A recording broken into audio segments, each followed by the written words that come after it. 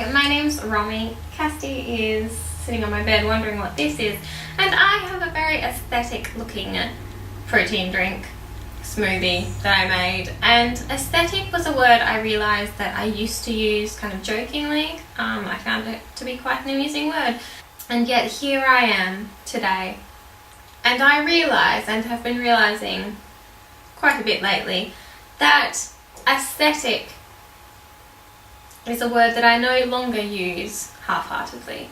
I use it to its full purpose, and this is my aesthetic apparently. It's very tasty as well.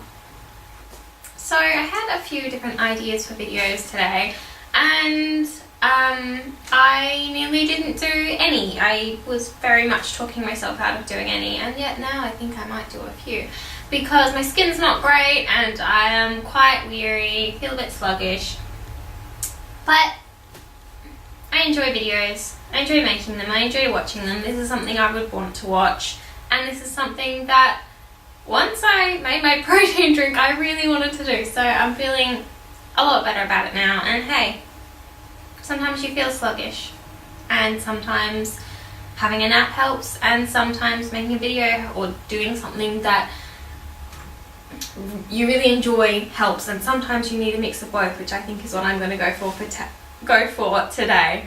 And sometimes your skin's not great, and that's just life, I reckon. So today I thought it would be interesting to compile a bunch of vegan alternatives that I regularly use, get out my favourites, and share them. I have previously been vegan. I was vegan for about 9 to 11 months a year or two ago. And it was a generally good experience with some negative side notes to it, some negative fragrances. And it's not something that I ended up sticking with. I made the decision to become what I called a vegetarian. So a vegetarian is someone who is practically vegan, but not quite.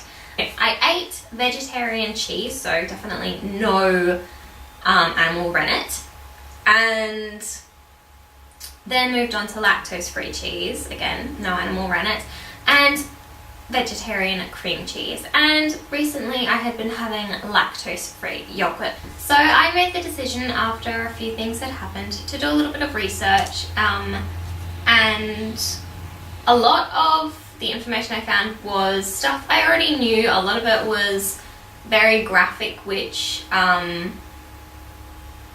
kind of came out of nowhere in this information, and I really didn't like that. I want to know what I'm going into and not just be hit by graphic detail or images, so that was something that really unsettled me for a while.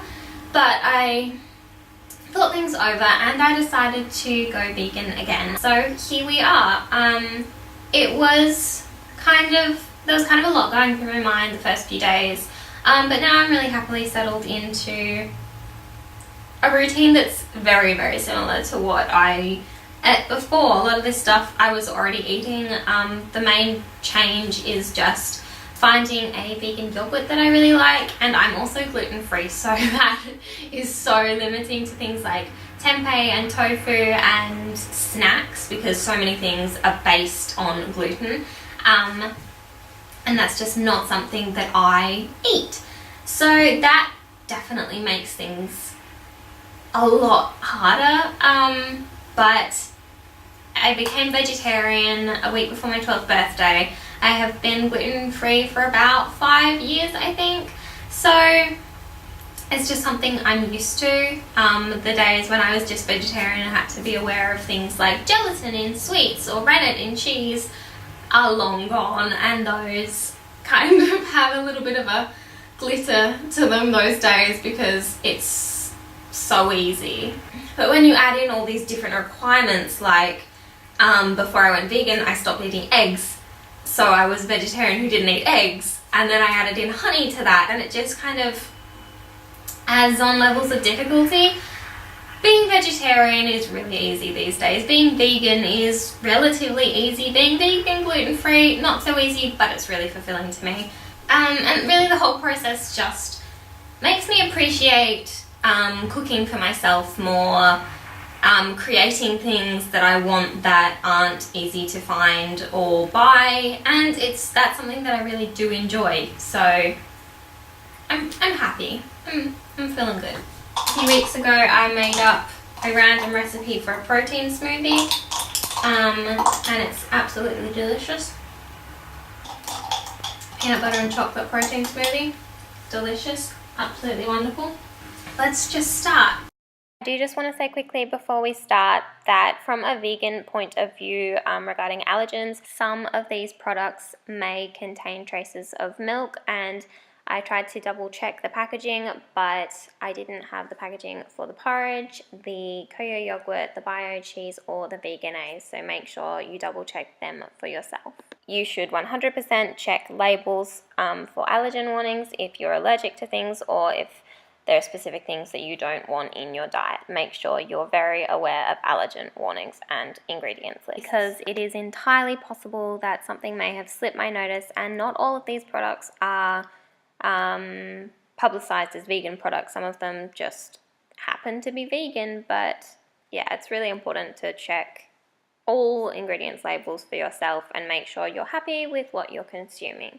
These are one half of my favorite thing to have for breakfast. These are the Keep It Cleaner gluten-free porridge sachet, original flavor. I've also tried the cacao, which doesn't taste like cacao-y, so these are really good. They've got coconut through them, buckwheat, quinoa, rice, and they're such a good base and such a nice porridgey taste. I love having these with a few little bits of homemade marmalade in them, some peanut butter mixed through, sometimes a little bit of yogurt, and sometimes some homemade muesli on top. So good, very nice, very versatile.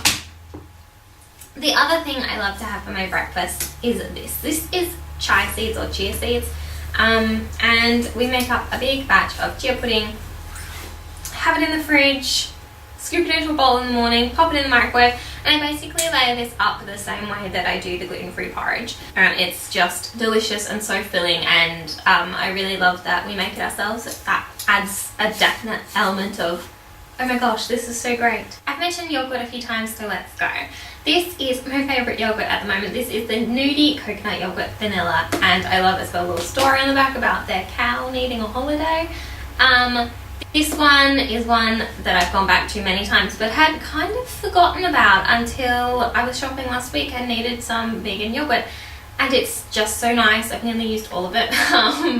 It's really good on cereal. It's really lightly sweetened. I think it's just sweetened with monk fruit juice. I don't know if cornstarch is enough sweetener, I don't think.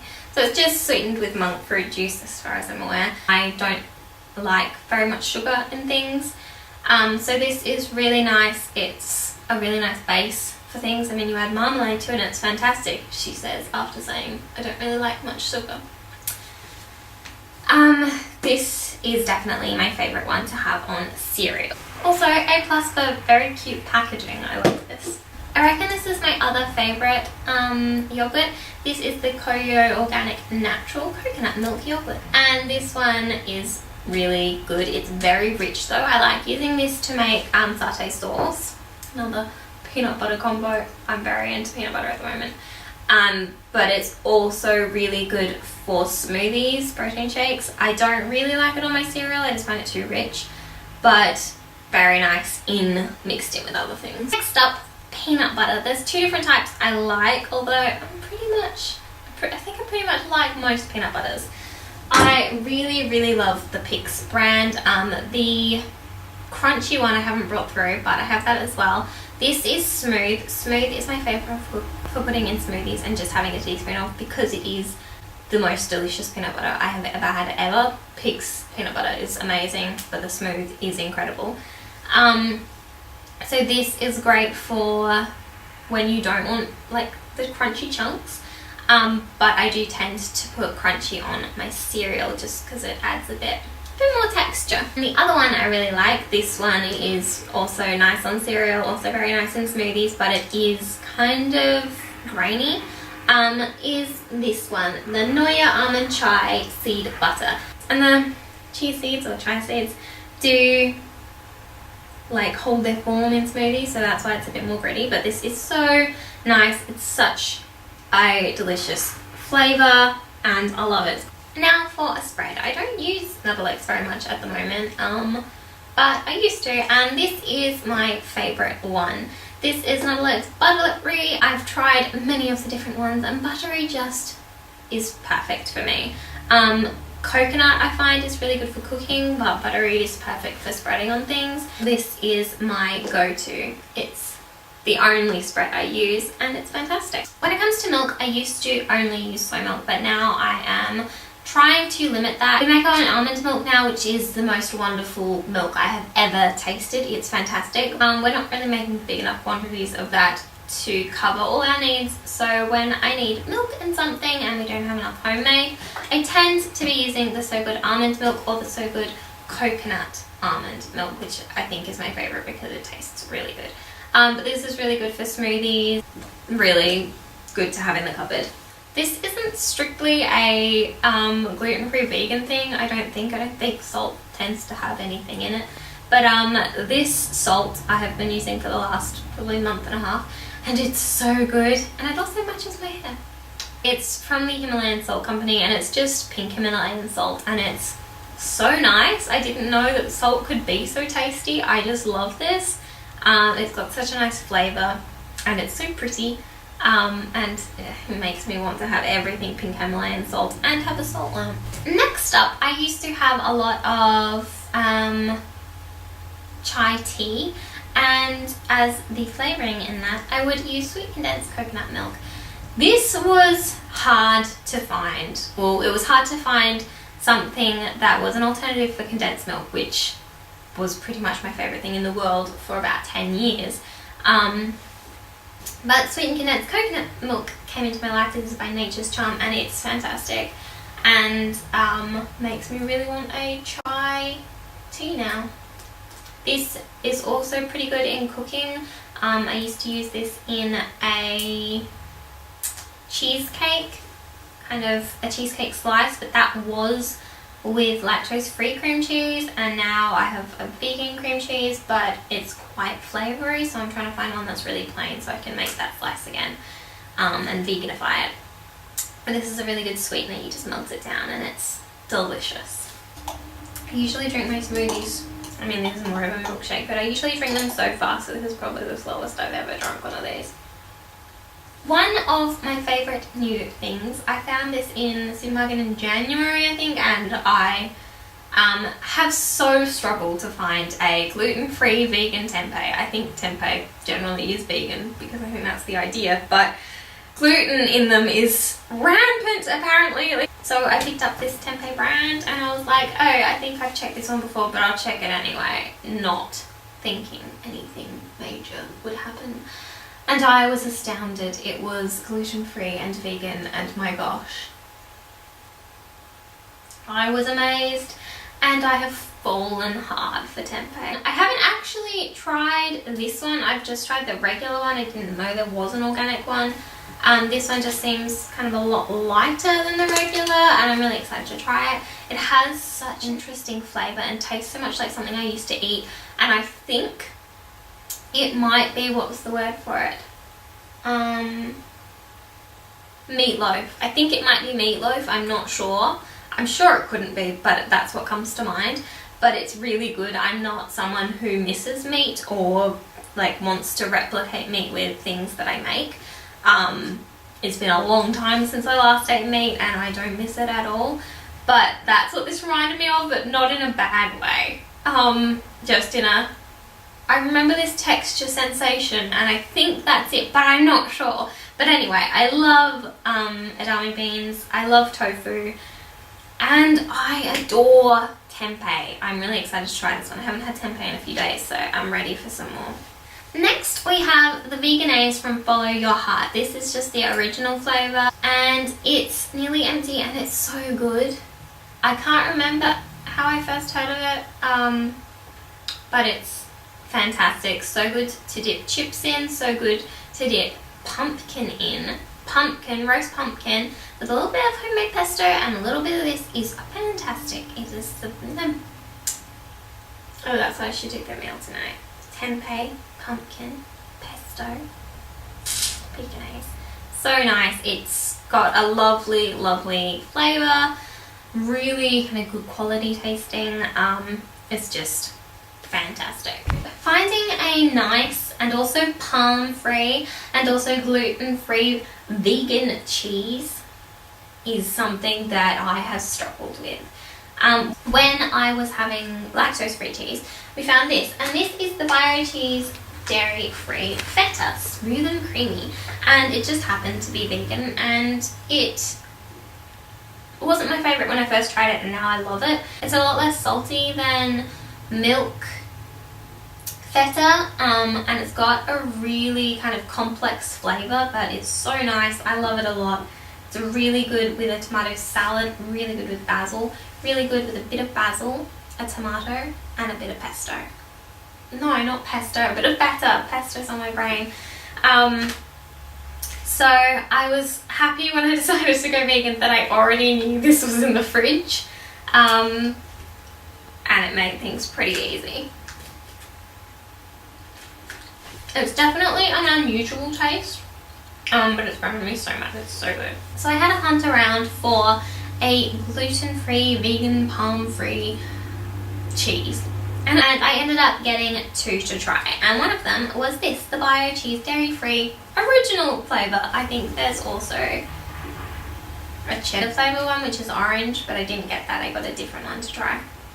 And I had this when I was vegan previously and kind of tolerated it. I missed cheese when I was vegan before. It was something that was the thing I missed. I decided to try this one again, and I'm really, really impressed with it. I don't know, maybe some of the ingredients have changed, or maybe I'm just more used to different flavours by now, I'm not sure. But it's really good. I don't know how it melts. That was something for me, that was an issue for me before, because I'd have it on pizza and it would just kind of puff up and harden, and that was really not nice. It would just kind of go kind of sticky, crunchy. So I don't know how it will go on pizza. That remains to be seen. The feta kind of just melts on pizza, which I didn't love. I wasn't in the I love this feta stage when I first tried it and that happened, but I think that will be fine now. And I like having it in dishes where it kind of melts away and is just a juice or flavoury thing. But I don't know how this will go. In previous experience it hasn't melted, but it's really, really delicious on crackers, on platters.